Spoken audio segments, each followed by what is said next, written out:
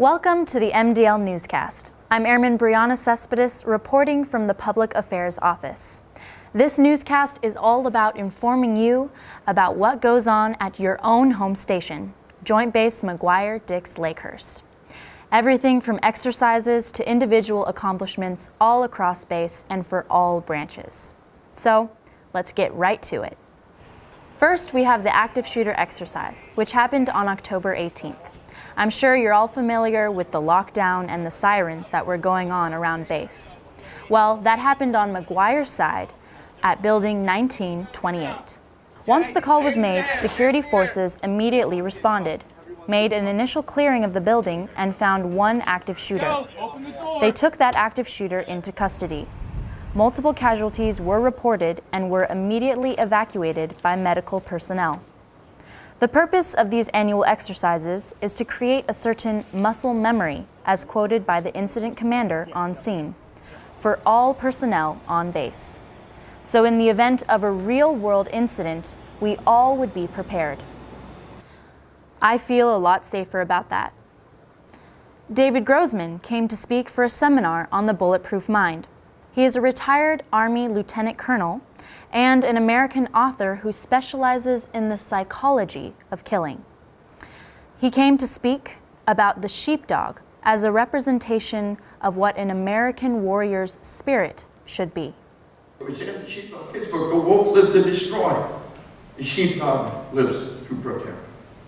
The wolf, the coward, will use the lambs as human shields. The American warrior is a human shield. I believe in truth, justice, the American way.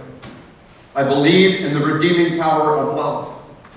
And I believe sheepdogs who love enough to lay their life down for other people represent one of the most powerful and beautiful forces in our civilization.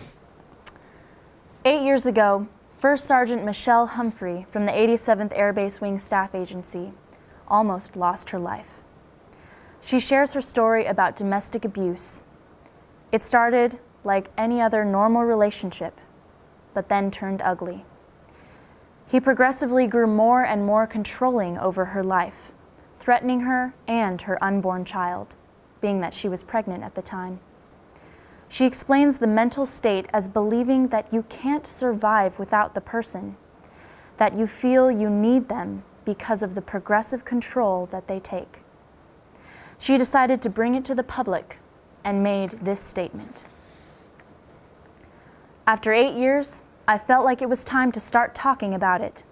I feared the judgment of, especially being a first sergeant, people thinking I shouldn't have the job because of what I have gone through. I look at it completely different. I can see from both the victim and from the offender. For the full story, go to the Joint Base MDL website. What an experience, and much respect for First Sergeant Humphrey for her bravery. That's it for today. We'll see you in 2 weeks.